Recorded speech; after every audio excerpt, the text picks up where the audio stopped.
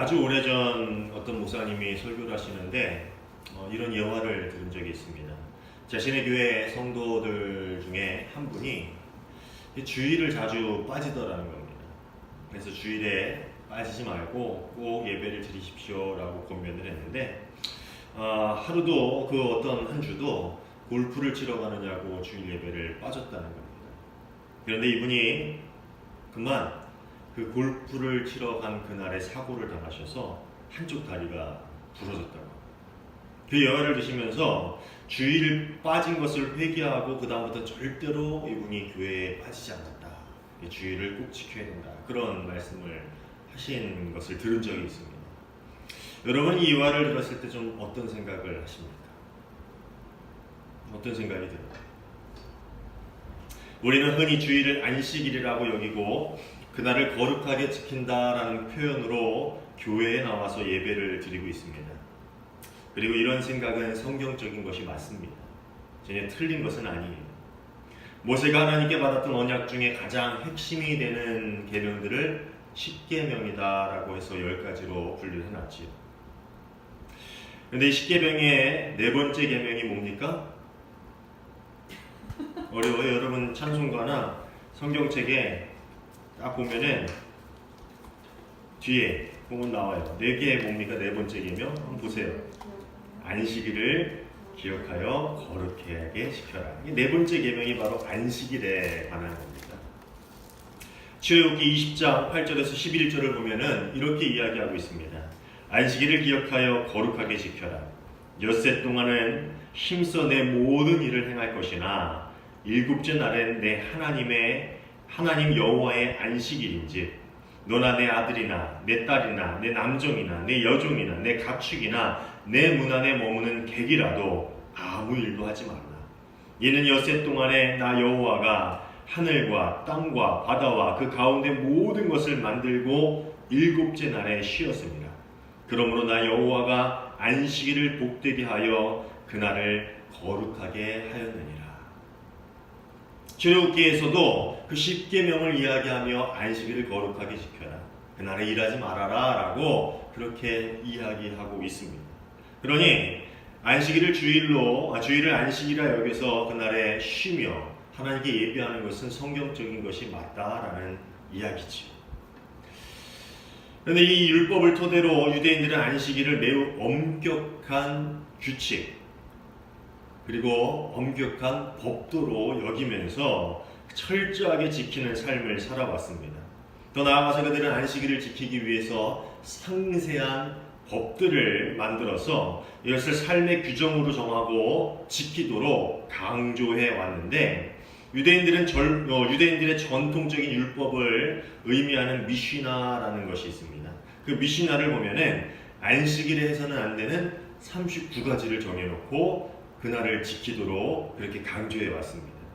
그 39가지가 뭐냐면은 바느질, 밭가는 일, 농작물 거두어 드리는 일, 곡식단 묶는 일, 타작, 곡식 등을 까부는 일. 아시죠? 뭐 이게 까부는 이게 확 쪄가지고 그 껍데기를 부르는 거예요. 그것도 하면 안 되고 곡식이나 거두어 드린 것들 가운데서 좋은 것과 버릴 것을 고르는 일, 곡식 등을 가는 일, 체질은 뭔지 아시죠? 이게 채라는 게 있어요. 거기에 고운 것들을 거르는 일이에요. 반죽, 빵을 굽는 일, 양털 깎는 일, 양털을 빠는 일, 그것을 치는 일, 그것을 물들이는 일. 빠는 것과 치는 게 정확히 뭔지 모르겠어요. 양털 가지고 뭘 하는 것 같은데 어쨌든 그걸 양털로 무슨 일이든 하면 안 된다는 거예요. 빠는 것도 안 되고 치는 것도 안 되고 물들이는 것도 안 되고 그다음에 실을 잡는 일, 실 따위를 엮는 일, 두 개의 고리를 만드는 일, 두 개의 실을 엮는 일, 사슴을 덫으로 잡는 일, 그것을 도살하는 일, 사슴의 가죽을 벗기는 일, 그것에 소금을 치는 일, 그 가죽을 가공하는 일, 그것을 반반하게 만드는 일, 그것을 자르는 일, 두 글자를 쓰는 일, 두 글자를 쓰기 위해 두 글자를 지우는 일, 건물을 짓는 일, 그것을 부수는 일, 불을 끄는 일, 불을 켜는 일, 망치질, 물건을 한 곳에서 다른 곳으로 옮기는 일. 이 39가지예요. 이것을 정해놓고 하면 안 된다라고 유대인들, 특히 바리새인들은 그것을 자신네들 규정으로 만들어 놓았다는 거죠. 이 규정에 따르면 우리는 안식일을 범한 죄인들입니다. 저는 오늘 두 글자를 지우고 두 글자를 쓰는 일을 했거든요. 컴퓨터로. 물건을 옮기는 일도 했습니다. 그런데 이 바리새인들보다 더 엄격하게 안식일의 규정을 지켜놓고 정해놓고 지키는 사람들이 있었는데 에세네파라는 금욕주의자들이었습니다. 그들은 안식일을 바리새인들이나 보통 유대인들보다 더 엄격하게 지키는 사람들이었습니다. 에센파들은 마실 물을 길어다 항아리에 붓는 것, 무엇을 집에서 밖으로 내가거나 밖에서 집으로 들여오는 것, 닫힌 항아리를 여는 것, 그 다음에 새끼를 낳는 짐승을 도와주는 것, 집안 청소, 아이를 안아주는 거나 업어주는 일도 금했다. 더 이 39가지 외에 더 엄격하게 지켜서 안식일은 이런 일들을 하면 안 돼라고 이야기했다라는 것이죠. 다만 사람의 생명을 구하기 위해서는 이러한 금지 조항들을 어겨도 된다라는 것을 만들어 놓아서 사람의 생명이 왔다 갔다 하는 일이 아니면은 이것들을 철저하게 지켜야 된다라고 이야기했다라고 합니다. 그리고 이러한 금지 조항을 어겼을 경우에 어떻게 하는 줄 아세요? 7년 동안 가두어 놓도록 법을 정해놨다. 안식일 조항을 어기면은 7년 동안 뭐 동굴이든 집이든 어디다 가두어 놓았다는 거예요. 그리고 이러한 금지 사항들을 공공연하게 어기는 사람들을 우상 숭배자로 규정을 해가지고 그들을 정죄하고 그들을 비난했습니다. 반대로 우상 숭배자여도 안식일을 거룩하게 지키면은 그 죄를 사함받을 수 있다라고 그렇게 가르쳐 왔다라는 거예요. 참 이상한 사람들이에요. 이런 배경적인 상황을 보면은 오늘 예수님의 제자들의 행동이나 예수님께서 회당에서 행하신 일들이 당시 얼마나 그 사람들 보기에 불경한 일이었을까라는 것을 우리가 짐작해 볼 수 있을 것입니다. 이런 일 때문인지 이 오늘 본문을 보면은 예수님께 시비를, 그 안식일의 일 때문에 시비를 거는 사람들이 등장을 합니다. 어떤 일 때문인지는 알 수는 없지만 오늘 본문에 예수님과 예수님의 제자들은 안식일에 밀밭 사이를 걸어가고 있다라고 이야기하고 있습니다. 그런데 길을 걸어가던 중에 이 제자들이 밀 이삭을 자르기 시작하였다라고 성경은 이야기해 줍니다. 아마도 밀의 이삭을 잘라서 그 끄트머리를 이렇게 딱 따서 이렇게 비벼가지고 먹지 않았을까라는 생각을 해봅니다.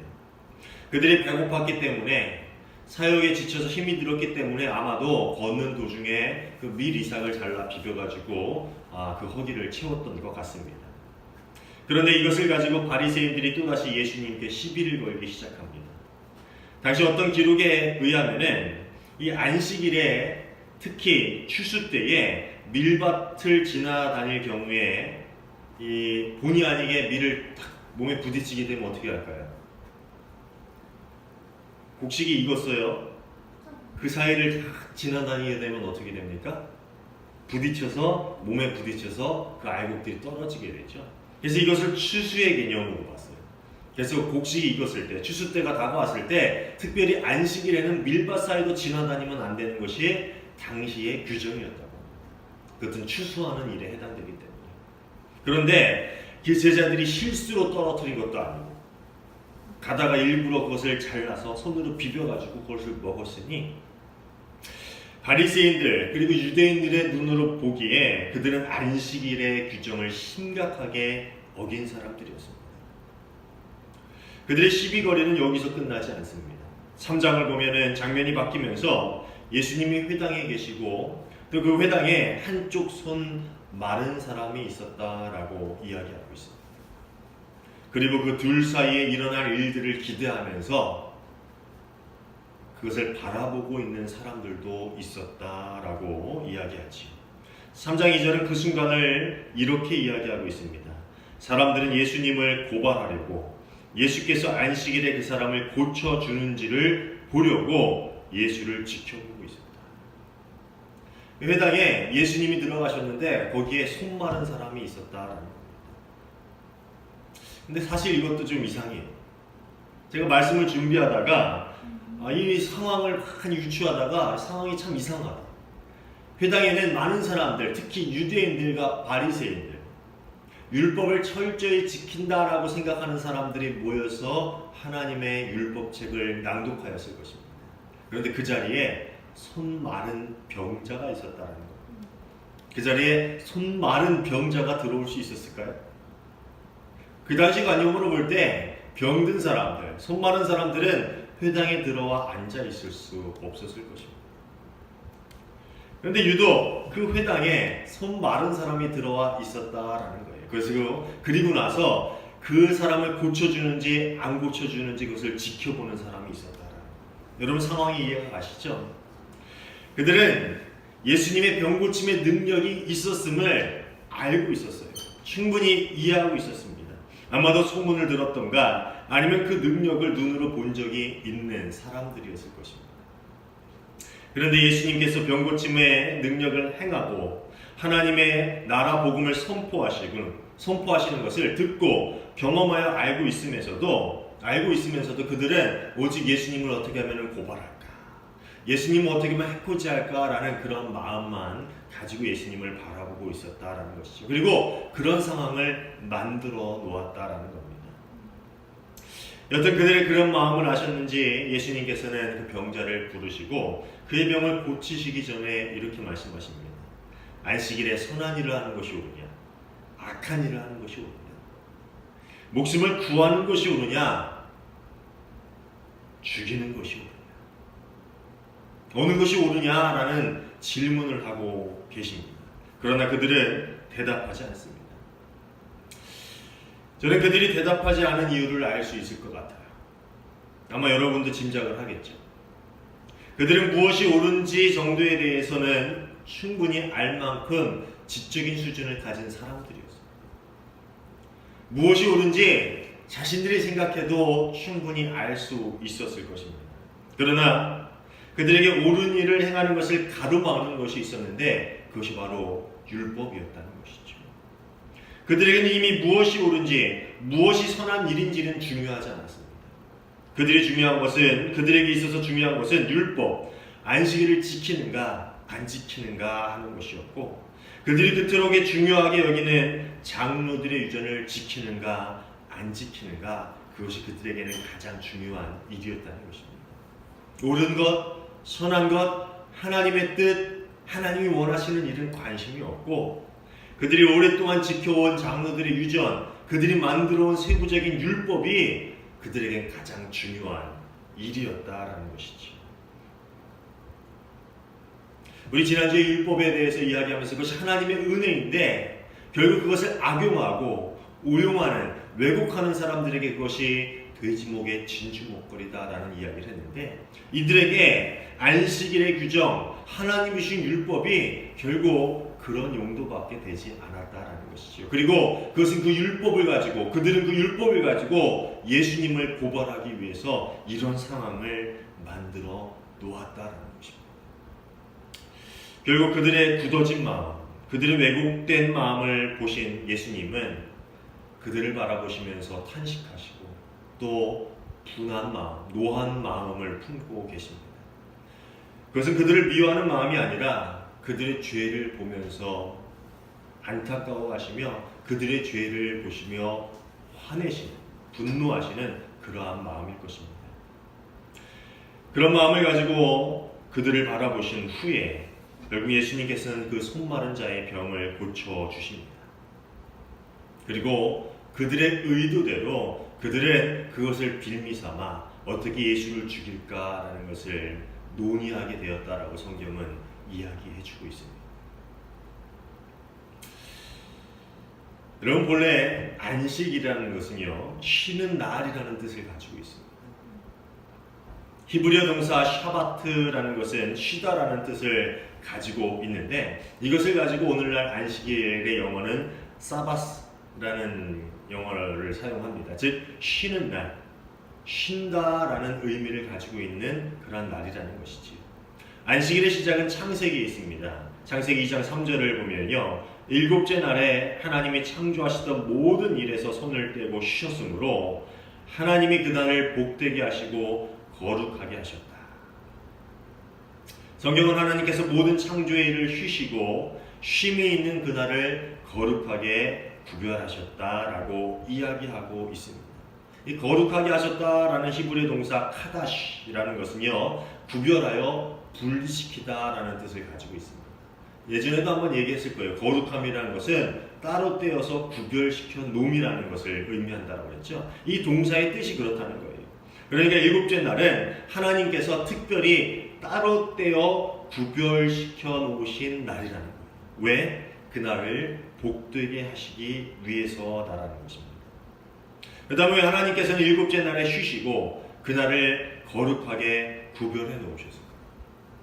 하나님께서 여섯째 날까지 6일 동안 일을 했기 때문에 하루 정도는 쉬셔야 되기 때문에 쉬셨을까요? 하나님이 쉼이 필요한 분이시기 때문에 쉬셨을까요? 아니면 지치시기 때문에 쉬셨을까요? 왜 쉬셨을까요? 왜 그날을 따로 쉬는 날이라고 정하시고 따로 떼어서 거룩한 날이라 부르셨을까요? 바로 그 해답이 오늘 우리가 읽은 본문에 있습니다. 2장 27절입니다. 같이 읽을까요? 2장 27절에 있습니다. 시작. 또 이르시되 안식일이 사람을 위하여 있는 것이요 사람이 안식일을 위하여 있는 것이 아니니. 쉬운 말로 번역하면 안식일이 사람을 위해 만든 것이지 사람이 안식일을 위해 생긴 것이 아니다 라는 이야기를 하고 있다는 겁니다. 안식일은 사람을 위해 만들었다는 겁니다. 하나님께서 굳이 6일째까지 일하시고 7일째 쉬셨다라고 이야기하시면서 그날을 쉬는 날로 정해놓으신 것은 그날에 쉬는 사람에게 안식을 주고 그날의 복을, 그날의 사람에게 혜택을 주시기 위해서 구별해 놓은 날이다라는 것을 이야기해 주고 있다는 겁니다. 즉 안식일은 사람을 위해 만들어진 하나님의 은혜의 날이라는 것이죠. 지난주 율법이 뭐라고 그랬어요? 인간을 향한 하나님의 배려, 즉 하나님의 은혜다라고 이야기했죠. 이 안식일도 그렇다는 거예요. 그것이 하나님께 드려야만 되는 의무 규정이 아니라 안식일은 하나님이 사람을 위해서 만들어 놓은 은혜의 표현, 은혜의 날이라는 것이에요. 한 랍비는 출애굽기 31장 14절에 주석을 달았는데 그 주석에 뭐라고 달았냐 하면은 안식일이 너희에게 주어진 것이지 너희가 안식일에게 주어진 것이 아니다라고 이렇게 주석을 달았어요. 즉 안식일이 너희를 위해서 준 것이지 하나님이 너희를 안식일에게 준 게 아니다. 그 규정 가운데 너희를 묶어놓은 것이 아니다라는 이야기를 하고 있다라는 거예요.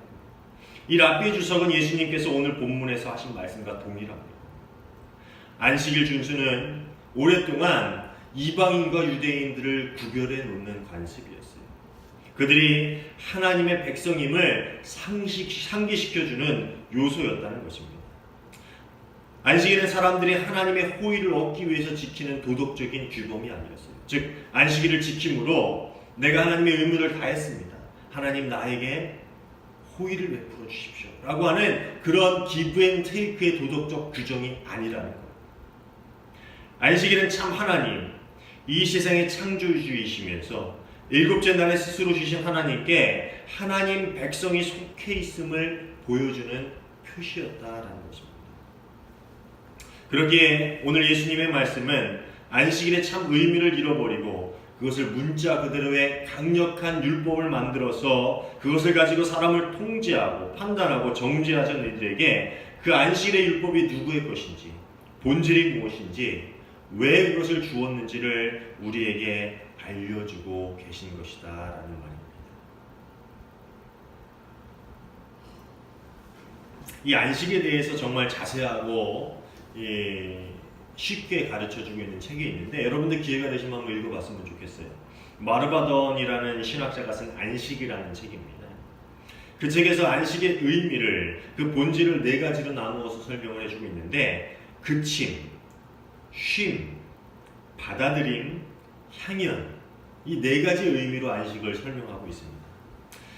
그 중에 우리 너무 시간이 짧으니까 먼저 제일 중요한 거 하나만 보려고 해요. 그침에 대해서 보려고 하는데 이 그침은 뭐냐면 말 그대로 멈춘다라는 뜻입니다. 우리가 하던 일들을 그리고 근심, 걱정, 긴장을 그리고 사고파는 무엇인가를 소유하기 위한 모든 행동을 그날에 멈춘다라는 의미를 이 안식이라는 단어가 가지고 있다라는 겁니다. 왜 멈춰야 합니까? 그것은 일상 가운데 우리의 모든 행위 가운데서 하나님이 잊혀질 수 있는 위험 때문에 멈춰야 한다라는 것입니다. 원래 일은 신성한 겁니다. 노동은 신성한 것이다라고 이야기하죠. 그렇지만 가끔은 그 일이 하나님에 대한 하나님이 자기의 백성을 사랑하는 것을 방해하기도 한다라는 거예요. 즉 인간에 대한 하나님의 사랑을 가로막는 역할을 그 일들이 종종 하기도 한다라는 겁니다. 목회도 마찬가지인 것 같아요. 제가 예전에 우리 교회에서 설교하신 엄진원 선교사님 알죠? 엄진원 선교사님을 찾아가서 교회 목회를 새로 시작해서 이것저것 마음도 바쁘고 할 일도 많습니다 라는 이야기를 했는데 그 선교사님이 그런 이야기를 하셨어요. 양 목사님, 목회가 일이 돼서는 안 됩니다. 목회는 하나님이 내 삶 가운데 그리고 우리 교회 가운데 무엇을 원하는지를 알고 듣고 깨달아서 그것을 그대로 순종하는 거지, 내가 우리 교회를 위해서 무엇을 해야겠다라고 고민하고 그것에 매달려서 일하는 것이 아닙니다. 주님 안에서 힘을 가지십시오 라고 이렇게 얘기한 적이 있어요. 그때 제가 제 목회를 잠시 돌아본 적이 있어요. 내가 목회가 아닌 일을 했구나. 내가 목회가 아닌 하나님의 일이 아닌 내 일을 했구나 라는 것을 깨달은 적이 있습니다. 즉 일이라는 것은 하나님이 우리가 세상 가운데 살아갈 수 있는 거룩한 삶의 자리를 주신 것이죠. 그런데 그 거룩한 삶의 자리가 가끔은 우리의 욕심, 우리의 열정, 우리 안에 있는 그러한 야망, 욕망, 그 모든 어떤 알지 못한 모든 일들로 인해서 우리를 향한 하나님의 사랑을 가로막는 도구가 되기도 한다라는 것입니다. 일뿐만 아니라 아무 생각 없이 물건을 사는 것 또한 안식일에 우리와 하나님의 관계를 방해한다라고 이 책은 이야기하고 있는데, 책의 한 부분을 읽어드리겠습니다. 안식일에 사고 팔기를 삼가는 이유 가운데 하나는 사거나 파는 모든 행위가 모든 잘못된 곳에 초점을 맞추기 때문이다. 우리는 하나님이 원하시는 것 대신 우리가 원하는 것을 생각한다. 하나님의 임재를 갈망하는 대신 소유가 우리 욕구를 지배하게 된다. 너무 엄격한 말 같지는 모르겠지만 이 모든 것들을 좀 범위를 넓혀서 생각해 보면은 우리가 세상을 살면서 하는 모든 일들 가운데 사고 파는 것, 우리가 일하면서 어떤 일들을 성취하는 것, 우리 삶 가운데서 어떤 일들을 달성하는 것, 그 모든 일들이 결국 우리의 초점을 하나님이 아닌 우리가 원하는 것, 우리가 뜻하는 것, 우리가 갈망하는 것에 그 초점을 옮겨 놓을 수 있다는 것이죠. 그래서 하나님을 갈망하는 게 아니라 우리가 얻을 것, 우리가 원하는 것, 우리가 소유하는 모든 욕구를 향하게 된다는 거죠. 그래서 하나님의 갈망하는 게 아니라 그것을 향하고 그것이 결국 우리를 지배하게 된다는 말입니다. 그래서 안식이라는 것은 그 모든 것들을 그치고 그 초점을 어디로 옮기는 겁니까? 하나님으로 옮기는 것이다 라고 이야기하고 있다는 것이죠. 또 책에 나오는 소제목 중에 정말 충격적인 것이 있는데 그 소제목을 읽고 저는 좀 충격을 받았어요. 그 제목이 뭐냐면은 하나님이 되려는 노력을 그침. 하나님이 되려는 노력을 그침.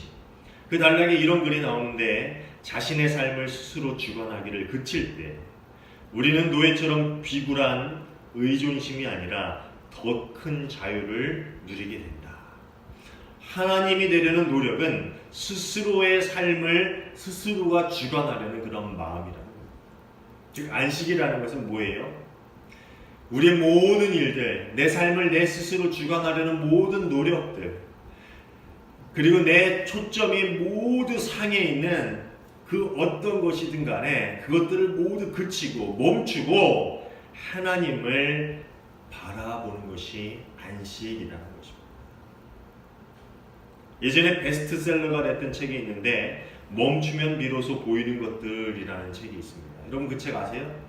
그 책 들어보셨어요? 석훈은 들어봤어요? 그 책 누가 썼는지 아십니까? 예, 해민 스님이 썼어요. 설교 가운데 스님 얘기를 해서 좀 그렇지만 저 책 읽어보진 않았지만 이 책 제목이 참 마음에 들어요. 근데 원래 멈추면 비로소 보이는 것, 이것은 원래 안식일 개념이에요. 우리 일상 가운데 종종 하나님이 사라져 버릴 때가 있습니다. 그런데 모든 일상을 멈추고 하나님께 집중하게 되면 비로소 보이는 것들이 있다라는 것이죠. 삐뚤어져 있는 우리 일상의 초점들이 비로소 보이기 시작한다는 것이죠. 하나님을 향해 있지 않고 세상으로 향해 있는 우리의 마음으로 향해 있는 우리 욕심으로 향해 있는 그 삐뚤어진 일상들이 모든 것을 멈추고 하나님을 바라보기 시작할 때 비로소 보이기 시작한다는 것입니다. 우리의 욕심, 우리의 그릇된 생각, 교만, 질투, 정죄 등등 그동안 전혀 알지 못한 채 우리의 마음속 깊이 담겨져 있던 모든 것들이 주 안에서 완전한 안식을 누리게 되면은 비로소 보이기 시작한다라는 말입니다. 그래서 안식일의 목적은 사람이 일상에서 벗어나 아니 일상의 모든 바쁨을 멈추고 하나님을 만나고 내 안에 있는 모든 더러운 것들을 버리고 씻어내고 하나님이 주시는 사랑을 누리고 그 복된 시간 속에서 쉼과 평안을 누리며 회복하라라는 것입니다. 이것이 안식일의 참 의미라는 것입니다. 다시 읽어드릴까요? 하나님을 만나고 내 안에 있는 모든 더러운 것들을 버리고 씻어내고 하나님이 주시는 사랑을 누리고 그 복된 시간 가운데서 쉼과 평안을 누리며 내 영을 회복하는 것. 그것이 안식일이 가지고 있는 참 의미라는 것입니다. 이런 관점에서 보면은 이제 예수님께서 하신 말씀이 이해가 되지요. 안식일이 사람을 위해 생긴 것이지 사람이 안식일을 위하여 생긴 것이 아니라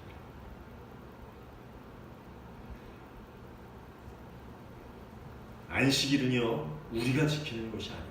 마르바돈이 그런 이야기를 해요. 우리가 안식일을 지키는 게 아니라 안식일이 우리를 지킨다.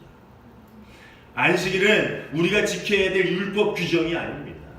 우리를 지켜주는 하나님의 은혜라는 것이지. 사랑하는 여러분, 저는 오늘 이 예배가 여러분이 하나님을 진정으로 만나는 시간이 되기를 간절히 소원합니다.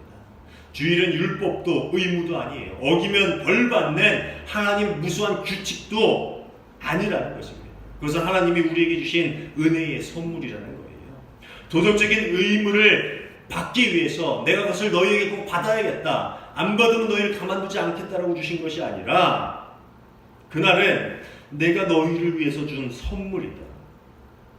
모든 일상을 멈추고 내 안에서 쉼을 누리고 내 형상을 온전히 회복하기를 바란다라는 마음으로 우리에게 주신 참 하나님의 귀한 선물의 날, 복된 날이라는 것입니다. 그래서 그 날을 거룩한 날이라고 부르는 것이죠. 따로 떼어주신 날, 우리를 위해서 주신 특별한 선물의 날이라는 의미입니다.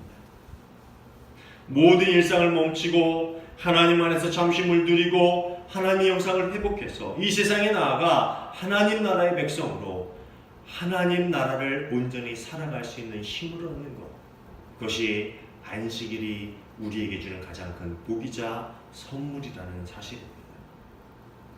사랑하는 여러분, 오늘 거룩한 안식의 날을 통해서 이 모든 일들이 여러분의 마음 가운데, 여러분 삶 가운데, 여러분이 하시는 모든 일들 가운데 일어나기를 주님의 이름으로 축원합니다.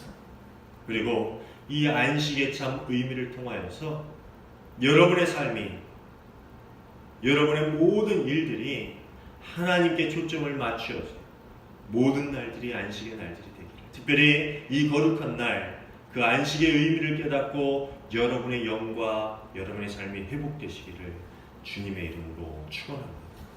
기도하겠습니다. 감독신 하나님 감사.